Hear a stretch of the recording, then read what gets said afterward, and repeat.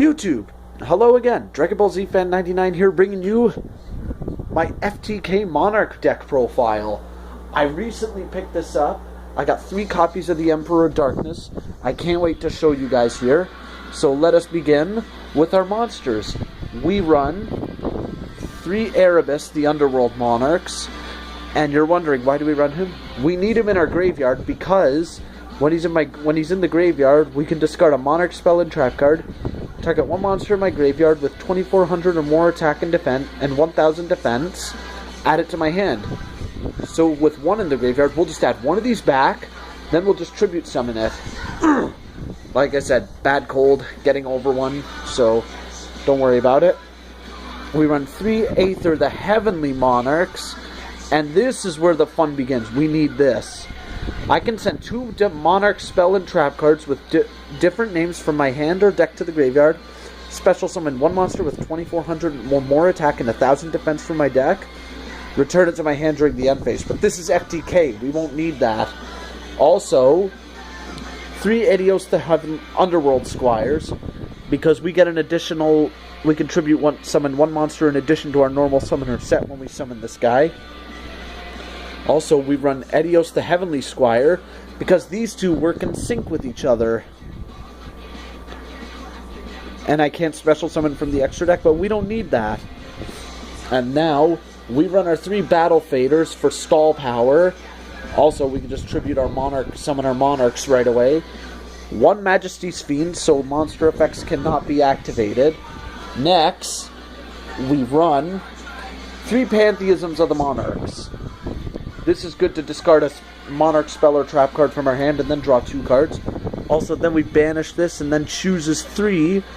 We have to reveal 3 Monarch spell or trap cards from our deck.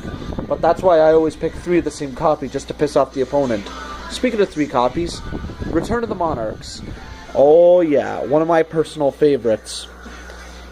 March of the Monarchs, just to prevent our Monarchs, our tribute summon monsters, so they won't be targeted or destroyed by effects. And no special summoning from the extra deck. That's why we don't run an extra deck for this. Now, Tenacity of the Monarchs. This is where the fun begins. We reveal a monster with 2,400 attack and 1,000 defense, or 2,800 attack, and add a Monarch spell or trap card from our deck to our hand. Domain of the True Monarch. This is actually one of our my personal favorites, because it will prevent our opponent from special summoning from the extra deck, and I'm the only one that controls a tribute summon monster. 2 Monarch Stormforth. If we would tribute summon one of our monsters this turn, we can tribute our opponent's monster, so it's like soul exchange. And now, 1 for 1, because we're going to dump our Erebus, the Heavenly Underworld Monarch, and special summon the Heavenly Squire, bring out the Underworld Squire.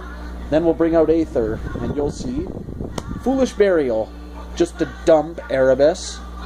And now, our 3 traps. 3 Escalation of the Monarchs, and you'll see why. Because during our opponent's main phase, or battle phase, we can tribute summon a monster. Only once per turn, but that's okay. And we also have our trap monsters. The first Monarch. This is also good because we could just tribute summon them. Actually, we can use them as 2 tributes, so woohoo for us. Also, the Prime Monarch is just as good. We target 2 Monarch spell or traps in our graveyards, shuffle them into the deck, and draw a card. So we need a bit of draw power, right? Yeah, I would think so. And then we banish another one from our graveyard, and special summon this card as a normal monster. Yeah, so it would be easier to tribute summon.